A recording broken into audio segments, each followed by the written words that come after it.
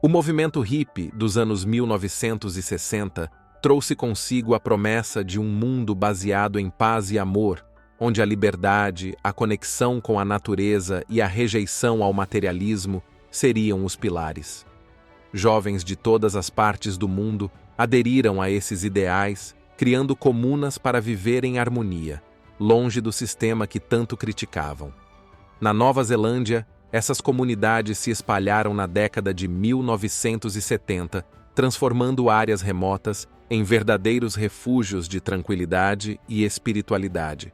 Porém, nem tudo foi tão idílico quanto parece. Algumas dessas comunas, com o tempo, tornaram-se ambientes sombrios e até assustadores, cheios de práticas bizarras e conflitos internos. O que começou como um sonho de liberdade e fraternidade se distorceu, dando lugar a ambientes controladores e perturbadores. Algumas dessas comunidades, que um dia floresceram sob o lema do amor e cooperação, passaram a ser comparadas a seitas, onde o comportamento abusivo e tóxico tomou conta. Hoje, o Belo Mundo te leva para uma jornada pela Nova Zelândia, explorando suas curiosidades e, ao mesmo tempo, desvendando essa parte obscura e doentia da história das comunas hippies, que mais parecem cenas de um filme de terror. Lá no canto sudoeste do Oceano Pacífico, isolada de quase tudo, fica a Nova Zelândia. O país é formado por duas grandes ilhas, a Ilha Norte e a Ilha Sul, além de outras menores, como a Ilha Stewart, cada uma com seus próprios encantos. A Ilha Norte é o lar da maior parte da população e é onde estão grandes cidades como Wellington, a capital, e Auckland, a maior de todas. Além disso, a ilha é famosa por suas paisagens vulcânicas e geysers. Já a Ilha Sul, menos habitada, impressiona com suas montanhas, florestas e lagos espetaculares. É lá que está o Monte Cook, o ponto mais alto do país, com mais de 3.700 metros de altura, dominando o cenário. Com uma área de 268 mil quilômetros quadrados, a Nova Zelândia pode parecer pequena, mas sua diversidade natural é gigantesca. De praias e florestas subtropicais no norte até fiordes e montanhas cobertas de neve no sul, cada pedaço do país é de tirar o fôlego. Um fato curioso é que, apesar de ser um país pequeno, a Nova Zelândia tem uma das costas mais longas do mundo. São cerca de 15 mil quilômetros de litoral e mais de 15 mil praias. Dá para acreditar? Em qualquer canto que você esteja, sempre tem uma praia a, no máximo, 130 quilômetros de distância. Por estar no Círculo de Fogo do Pacífico, o país também tem vários vulcões espalhados pelas ilhas, com vestígios de atividade vulcânica por toda parte. 12 deles ainda são ativos e monitorados de perto pelos cientistas. Entre eles, o Monte Ruapehu, que ficou famoso no cinema como o Monte da Perdição, em O Senhor dos Anéis. Para você ter uma ideia, Auckland, a maior cidade do país, está literalmente em cima de um campo vulcânico com 53 vulcões. É ou não é um lugar fascinante? E se você curte águas cristalinas, uma curiosidade bacana. O Blue Lake, na Ilha Sul, é considerado o lago mais cristalino do mundo. De acordo com um estudo de 2011, feito pelo Instituto Nacional da Nova Zelândia de Água e Pesquisa Atmosférica, o Blue Lake tem uma visibilidade impressionante de até 80 metros. Dá para imaginar a beleza desse lugar? E com tanta beleza e variedade, não é de se admirar que essa nação seja cenário para várias produções cinematográficas. Falar da Nova Zelândia sem mencionar O Senhor dos Anéis é quase impossível. A trilogia, uma das mais bem-sucedidas da história, tanto nas bilheterias quanto no coração dos fãs, trouxe para as telas o mundo fantástico de aventuras da Terra-média, com suas criaturas épicas e cenários deslumbrantes, ganharam vida no país. O interessante é que muitas das locações dos filmes viraram verdadeiros pontos turísticos por lá. Os fãs podem seguir um roteiro especial que passa por lugares como Mata Mata, onde fica Hobbiton, e o Parque Regional de Kautoke, além do icônico Monte Ngauruhoe, que se transformou na Montanha da Perdição. Mas a Nova Zelândia não foi cenário apenas de O Senhor dos Anéis. Outra série famosa que aproveitou suas paisagens foi As Crônicas de Nárnia, baseada nos clássicos infantis de C.S. Lewis. Lembra da batalha entre Aslan e o exército da Feiticeira Branca? Ela foi filmada em Flock Hill Station, na região de Canterbury. E para quem curte filmes de ação, a Nova Zelândia também foi o lar de gravações de Wolverine, Origens. A história de como o jovem James Howlett se torna o famoso Wolverine ganhou vida em locais como Queenstown, Deer Park Heights e as praias de Kingston. Além dos vulcões, lagos cristalinos e cenários cinematográficos, a Nova Zelândia tem uma outra surpresa em grande quantidade: os animais. Acredite ou não, 95% da população da Nova Zelândia é composta por animais, deixando apenas 5% para os humanos. Entre as aves nativas, o kiwi é o grande símbolo. Esse pássaro noturno, que não voa, ocupa um lugar especial no coração dos neozelandeses. A fauna do país também inclui o tuatara, um réptil da era dos dinossauros, o golfinho de Hector, um dos menores golfinhos do mundo, e o raro pinguim de olhos amarelos. Agora, falando em números, o título de mais numeroso vai para as ovelhas. O país tem cerca de 9 ovelhas para cada habitante. Em 2020, eram aproximadamente 45 milhões de ovelhas para uma população de 5 milhões de pessoas. Haja ovelha! E quer saber de uma curiosidade ainda mais interessante? Não existe nenhuma cobra em toda a Nova Zelândia.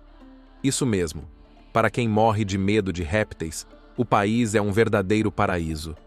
E não para por aí. Também não há escorpiões nem crocodilos por lá. Eu não sei vocês, mas eu gostei bastante de saber disso. Se você curte uma boa dose de adrenalina, vai gostar de saber que a Nova Zelândia é o local onde nasceu o famoso bungee jumping.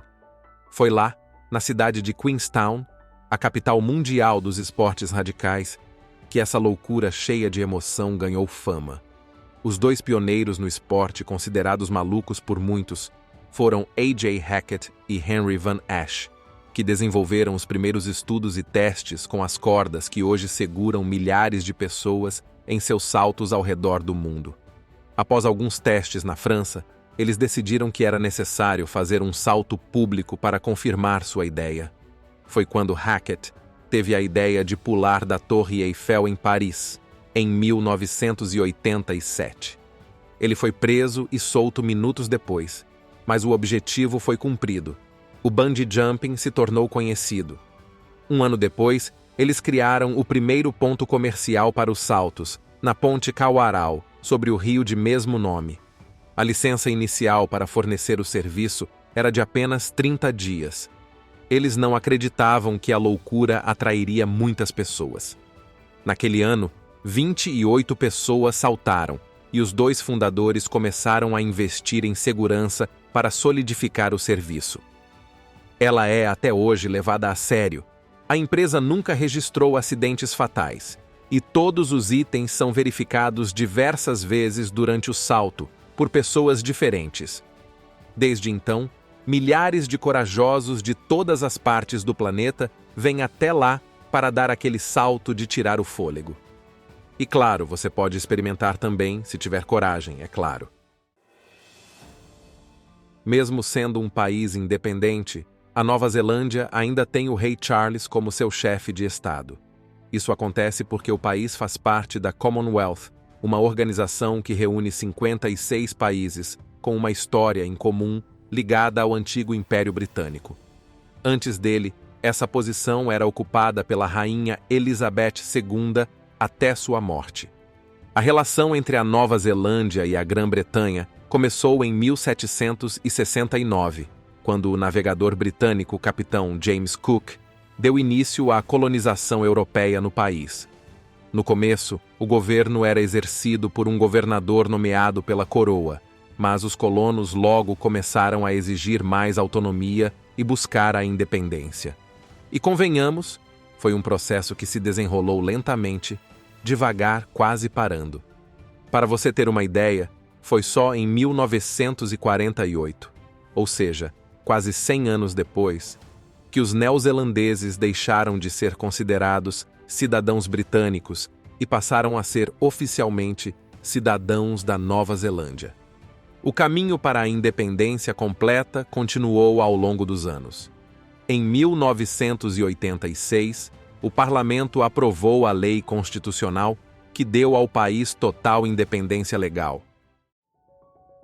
Com toda essa história de colonização britânica, é fácil imaginar que o inglês seja a língua oficial da Nova Zelândia. E de fato, é. Mas o país tem mais duas línguas oficiais além do inglês: o maori, a língua nativa, e a língua de sinais, que, em 2006, também foi reconhecida como língua oficial, tornando a Nova Zelândia um dos poucos países no mundo com uma abordagem tão inclusiva para a comunicação. Já que estamos falando de idiomas, aqui vai mais uma curiosidade incrível sobre a Nova Zelândia: a maior palavra do vocabulário local. E não é qualquer palavra, é o nome de uma colina de 305 metros de altura. Essa palavra gigantesca tem nada menos que 82 letras. Claro que não dá para dizer assim de cabeça, mas aqui vai para você conhecer. Difícil até de ler, não é mesmo? A tradução não fica atrás e fica mais ou menos assim: o cume da colina onde Tamatea, o homem de joelhos grandes que desceu, escalou e engoliu montanhas para viajar pela terra, conhecido como comedor de terra, tocou flauta nasal para sua amada. Na minha opinião, não faz muito sentido, mas foi interessante saber. E obviamente, se estamos falando da Nova Zelândia, os maoris não podem ficar de fora da nossa lista. E por isso vamos conhecer um pouco mais dessa comunidade. Os primeiros maoris chegaram no território no século XIII, vindos da Polinésia, e eram descendentes dos mesmos navegadores que colonizaram ilhas como o Havaí. A cultura maori é cheia de espiritualidade. Para eles, tudo na natureza tem um espírito, chamado mana, que representa uma força vital. Montanhas, rios e até mesmo objetos criados por humanos possuem esse mana. E olha que interessante. Se alguém não autorizado tocar algo com mana, essa força pode desaparecer e trazer má sorte para a tribo. Mas, quando se fala em maoris, a haka logo vem à mente.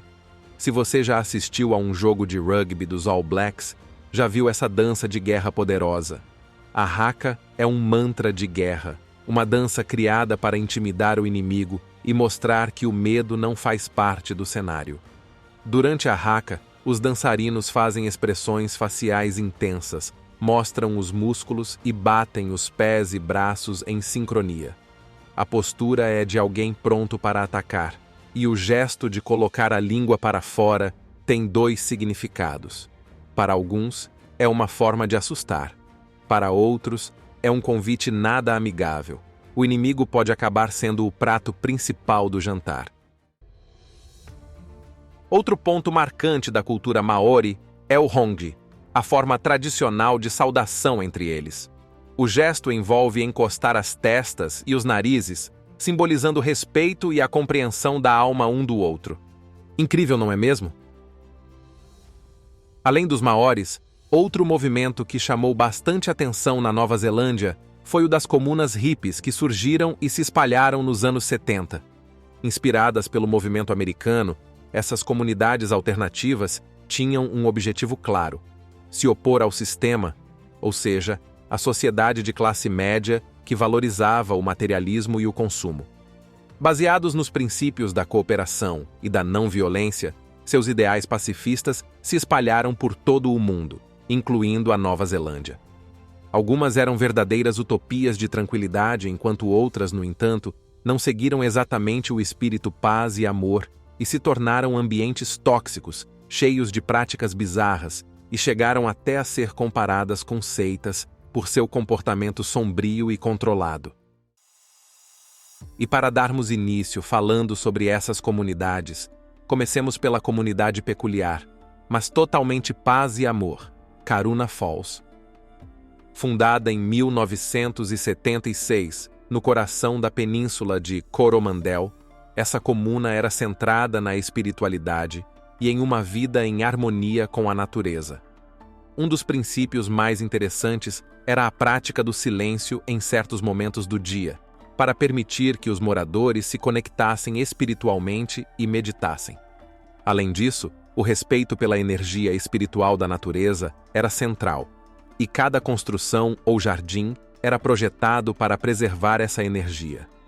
Uma das tradições mais curiosas de Karuna Falls era o ritual de purificação nas suas cachoeiras. Os membros acreditavam que a água tinha poderes curativos e cerimônias semanais eram realizadas para limpar as energias negativas e renovar a conexão com a terra, e acreditem se quiser, ela existe até hoje.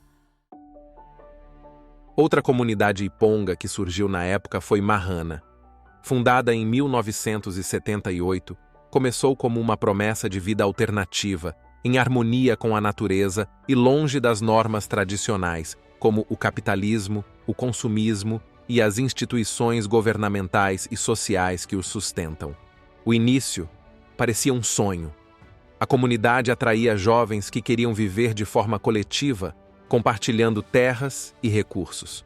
No auge, Mahana abrigava cerca de 60 membros, todos unidos pelo desejo de viver de forma sustentável e em comunhão com a terra.